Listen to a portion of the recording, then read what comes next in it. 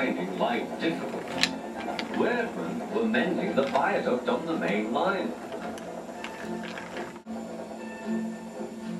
The arches needed strengthening. Sir Topham Hatt did not want to close the railway while the work was done, and so repairs took a long time.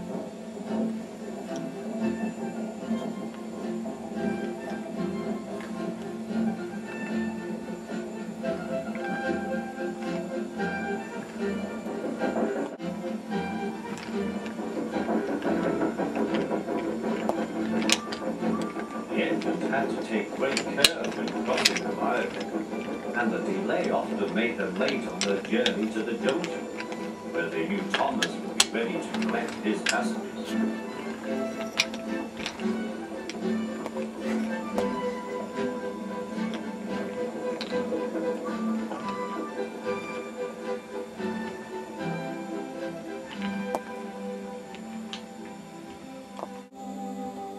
Thomas grew crosser and crosser.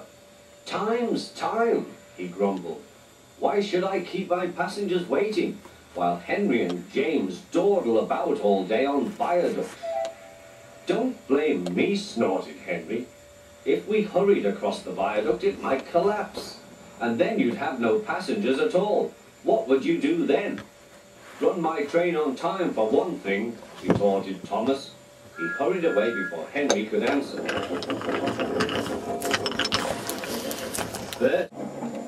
Bertie was impatient too. He was timed to arrive just after Thomas. His passengers found that instead of going straight from the bus to their train, they were kept waiting till Thomas arrived. Soon Bertie grew cross with Thomas. "Late again," he remarked, as Thomas panted wearily in.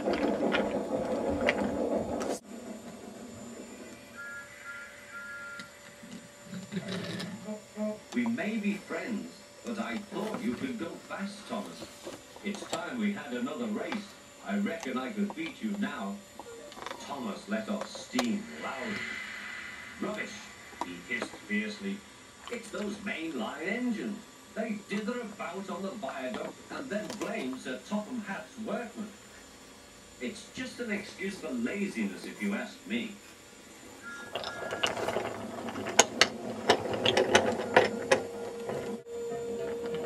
One day, James was later than ever at the junction. "I'm sorry, Thomas," he puffed. "I was held up at the station, and the viaduct made it worse."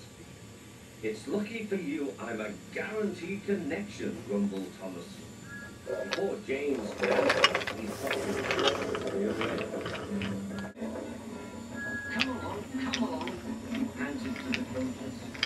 Annie and Barrett did their best, and Thomas soon found that he couldn't save much time. Suddenly, Thomas saw Bertie ahead. His radiator was steaming. "What's the matter?" asked Thomas. "You should be at the station by now. You're late." "I feel dreadful," moaned Bertie. "All upset inside, and driver says he can't make me better.